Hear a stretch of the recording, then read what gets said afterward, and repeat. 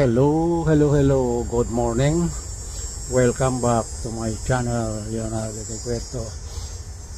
Tayo po ay mag-upgrade. I-share ko sa inyo ang aking mga munting halaman dito sa ating munting backyard. So, sabi nila kasi, maraming nagsasabi sa mga kaibigan ko o kaya sa friends sa YouTube na green thumb daw ako. Para sa akin, kay green thumb, kay hindi green thumb, ay nasa diskarte lang po yan, nasa pag-aalaga.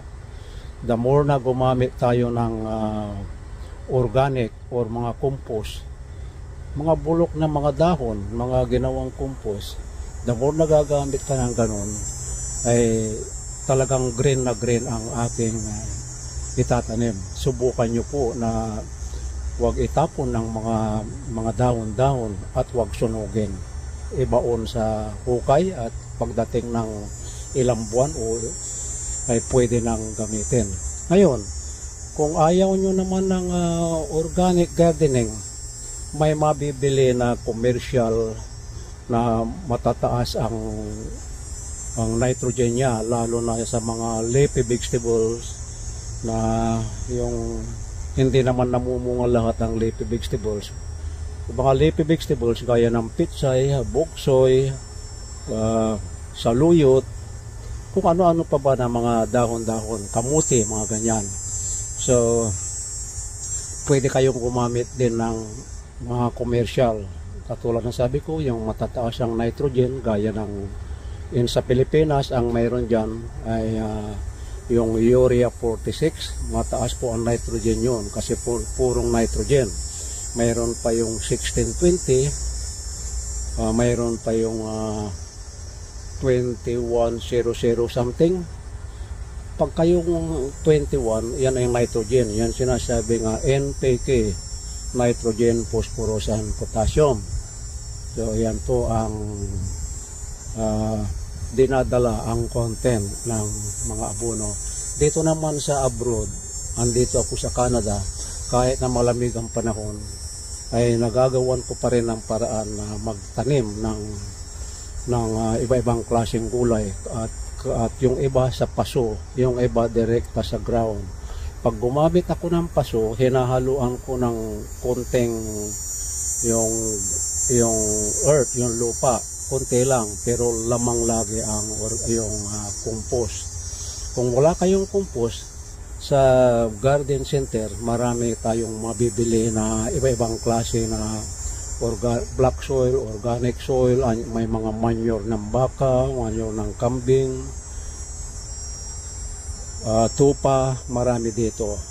Pero sa ngayon, hindi ako bumili ng commercial. Kasi the more na gumagamit ka ng commercial, the next year haluan mo lang ng compost ay okay na.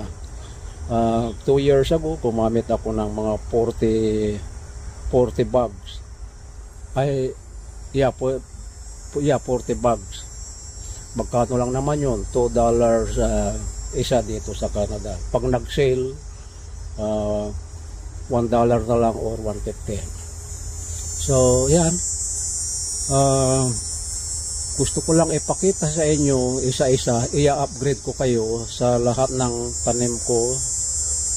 Bagamat medyo lumalamig na ang panahon, malamang yung iba hindi ko na mapakinabangan kasi nga late na ako nagtanim ako rito nung dumating ako galing Pilipinas, dumating ako rito ng end of May na, and then June 16 ako nag-umpisang mag-transplant. Yung iba binili ko, yung iba nagpunla ako ng sarili kong punla. Instead na katulad ng mga sili, kamatis na cherry tomatoes, iuulam na sana, pero nag-save ako ng dalawang bunga, kinuha ko yung seeds. Ganon din doon sa sili, kumuha ako ng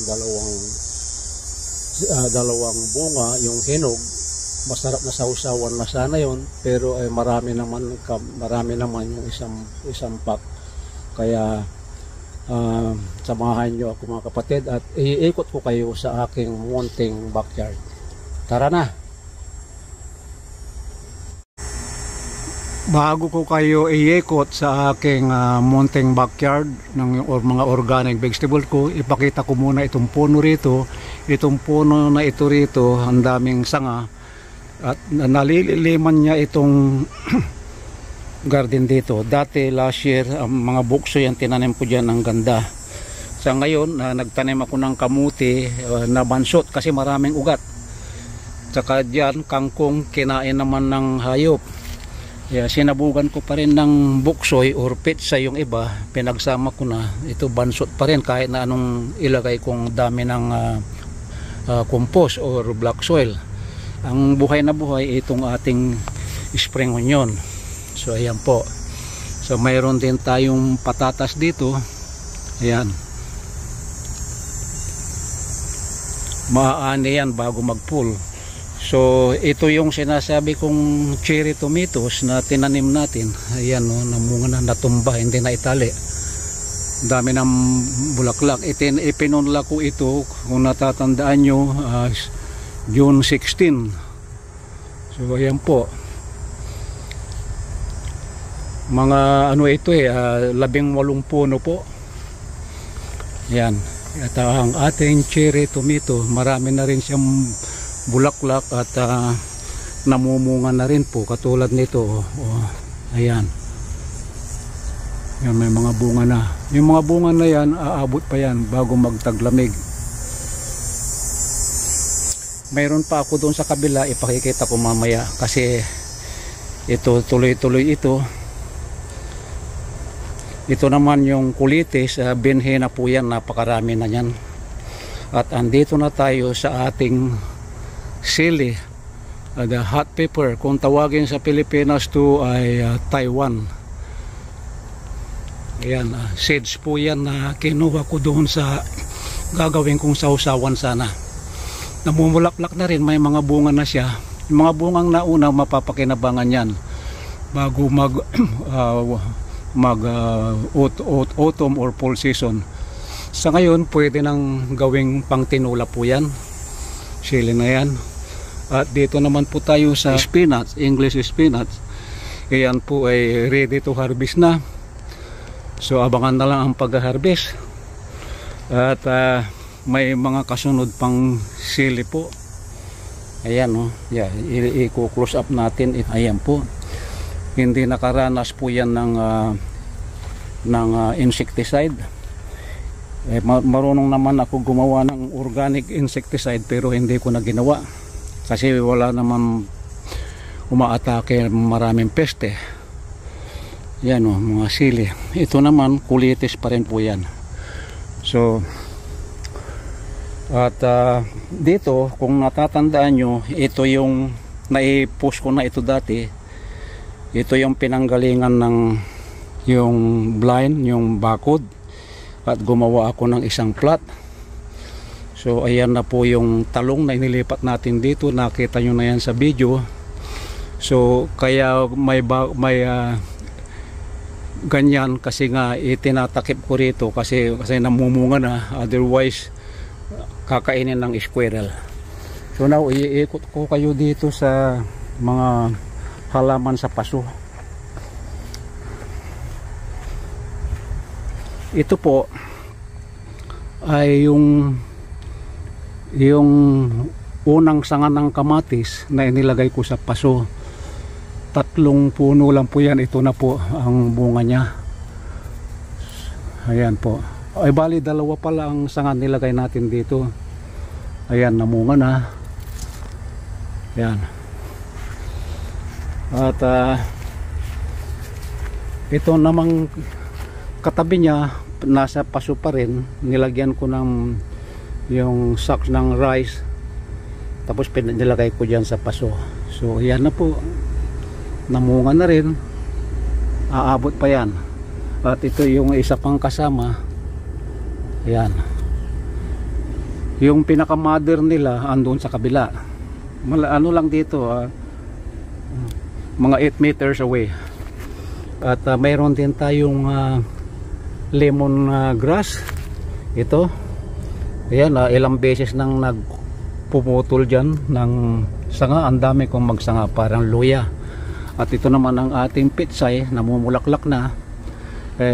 Pambinhi na rin yan. Ayan. At ito naman po yung spring onion. Ito, kasamahan pa yan. Bali sa tatlong bin ko siya nilagay. Yan to, ito marami. Ito yata yung leek, L-E-A-K.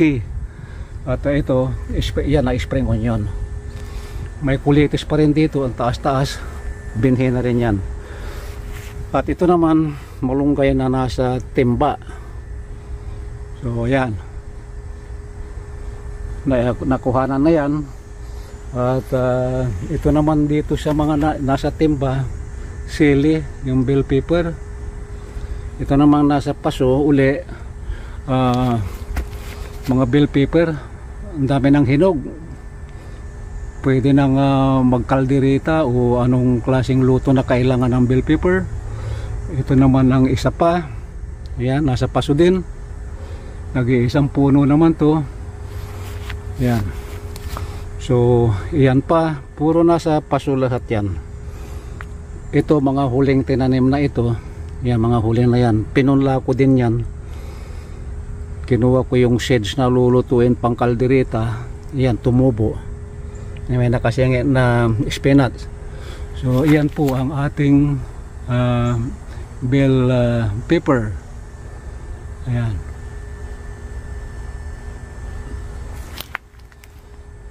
At dito naman sa yung huli kong ginawa ng plot na sinasabi kong pinanggalingan ng nagtanim ako ng kamuti rito.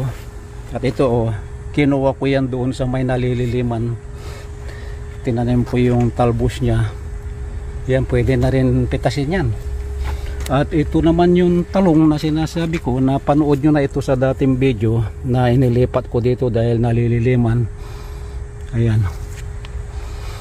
Now, lilipat tayo dito sa ating yung isa pang cherry tomato. Andito po sa tabi ng kubo, shade kung tawagin namin dito. Ayan po, ang ganda-ganda niya, blooming na blooming po. Kaya lagi nilang sinasabi green thumb daw ako. Pero para sa akin walang green thumb basta nasa tamang pag-aalaga. Mayroon pang spinach sa baba. So ayan po, ang ganda, ang dami niyang may bunga na pala rito. Tingnan mo, sa kabibisi ko sa kaikot hindi ko napapansin to. Ayan ganyan yung tinanim ko last year na napakarami. Isang puno lang, mahigit 400 na bunga. Yan po, napakaganda niya At saka kailangan din hindi yung nagtanim ka hanggang dyan na lang itinanim mo lang, antayin mong magbunga. Gagawan mo ng paraan katulad nito, may balag siya na plastic. So ayan, at saka itinatali din yan, itinatali yung puno. Ayan po, nakatali para hindi bumagsak. At ang katabi naman nito, mayroon tayong ampalaya. Marami na po tayong napitas dyan noong una, dahon pa lang. At sa ngayon puro bunga at dahon na. Pinamigay ko na rin yung iba. At yung isang hilera po yan na ampalaya. So nasa ibabaw na siya ng balag. At dito naman sa baba niya, yan po yung kamatis. Ang dami na pong napitas dyan, naka 5 kilo na yata ako. Kahapon nakapitas ako mahigit 1 kilo. Saka yung ampalaya, pinamigay ko doon sa anak ko. Ayan kaya wala nang hinog. Dahil nga saan pinitasan kahapon. Pero parang hindi nababawasan kahit na namimitas. Katulad yan, may pahinog. So ayan, ang dami pa rin bunga talaga.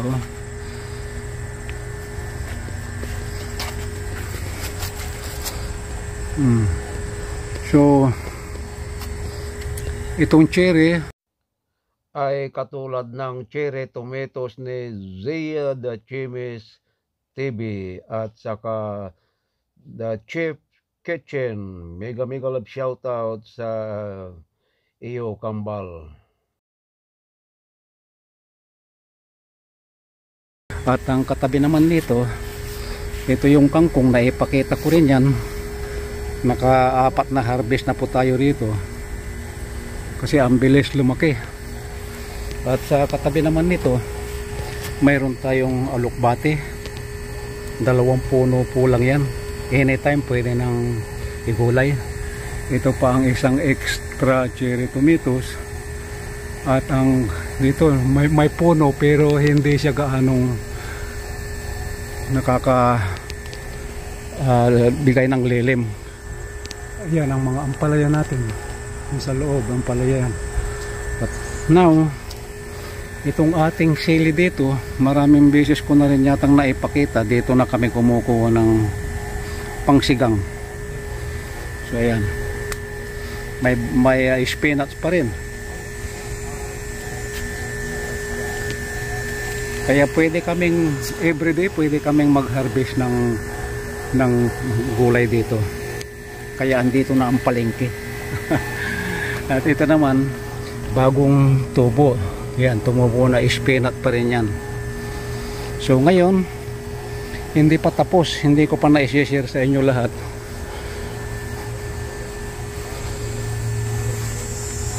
Mayroon pa tayo ditong talong na light green siya. Mistisa, oh. Ang hahaba ng bunga, nasa 1 feet na yan. Ang bunga na yan. Yan, nasa paso siya. Nasa ibabaw ng lumang plastic table. Kaya ko nilagay dyan kasi nung nasa ground siya, kinain ng squirrel yung ibang bunga. Tingnan nyo po yan, bunga napakahaba po, oh. Mahigit 1 feet na. Nasa 15 inches long na yan. Ang dami ng kasunod na bulaklak. Ayan, ito pa. Mayroon pa rito, oh. So ayan ang ating talong. Ngayon hindi nyo pa nakita lahat. Gusto ko lang ipakita sa inyo yung ating saluyot doon sa harap. Nasa harapan ng bahay yung saluyot. Ayan, dito tayo dadaan. Mayroong walkways dito palabas ng backyard. So dito papunta na tayo doon sa harapan. Ito may lock dito. Pagkagabi nilalak ko yan. So ayan, bubuksan na natin para makita yung ating tanim pa dito sa harap ng bahay. Ito po ang una nating makikita rito, yung petsay at saka buksoy, pinagsama na po yan. May mga kinakain ng bugs pero okay lang yan kahit ayaw kong mag-spray ng commercial na insecticide. So ayan po yung ating mga buksoy. Yan. At dito naman sa katabi niya, yan yung ating saluyot, jute. So yan. So ayan po. Ang kapal pa rin niya kahit na nagbawas na ako. Ito naman spinach yan, yung kasi perennial pala ang spinach, yung ugat niyan pagdating ng winter namamatay lang yung tangkay. Pagdating ng spring tutubo uli. So ayan po yung ating saluyot. Ayan, napakarami po. Twice a week namimitas kami rito kung ano-anong luto ang nagagawa. So ayan.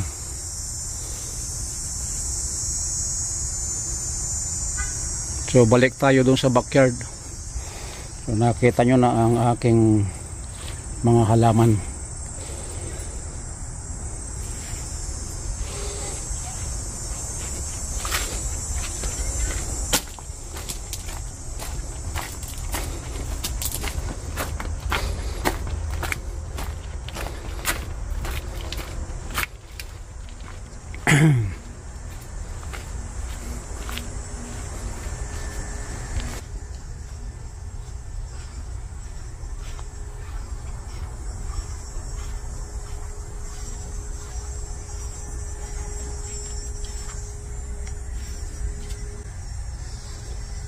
Hanggang dito na lang ang aking mai-share sa inyo sa pag-update ng aking mga organic vegetable dito sa backyard. Sana huwag kayong magsawa sa mga pinapakita kong mga video paulit-ulit na ang aking mga pananim. So gusto ko lang i-shout out si Madam Vicene sa walang sawang pagsuporta rin sa aking channel. Si Lady Tulipa Tulips, thank you sa mga suporta. Ang Pretty Kuhol TV, maraming salamat, mega love shout out. Si Pretty Kuhol TV, mega love shout out. The Islanders team, hindi ko kayo na babanggitin isa-isa. Alam nyo na kung sino kayo pag sinabi kong The Islanders team. At sa lahat ng mga sumusuporta sa aking channel na so right now mayroon na akong 6,526 subscriber. Mega love shout out sa inyo lahat. Maraming salamat sa inyo lahat, lalo na yung mga silent viewers. So mega love shout out muli sa 6,526 subscribers. At syempre mga silent viewers, mega love shout out. So hanggang dito na lang ang aking mai-share. Kung nag-enjoy kayo mga kapatid sa aking pinakitang pag-upgrade ng aking mga pananim dito sa backyard, ay huwag kalilimutang i-like, comment, subscribe, click the notification bell. Sabi nga, now kung bago ka lang sa aking channel at nagustuhan mo ang aking video, ay huwag kalilimutang i-like, comment, at i-click na rin ang notification bell para updated kayo lagi sa susunod kong mga video. So once again, thumbs up and bye bye. Good luck and God bless us all.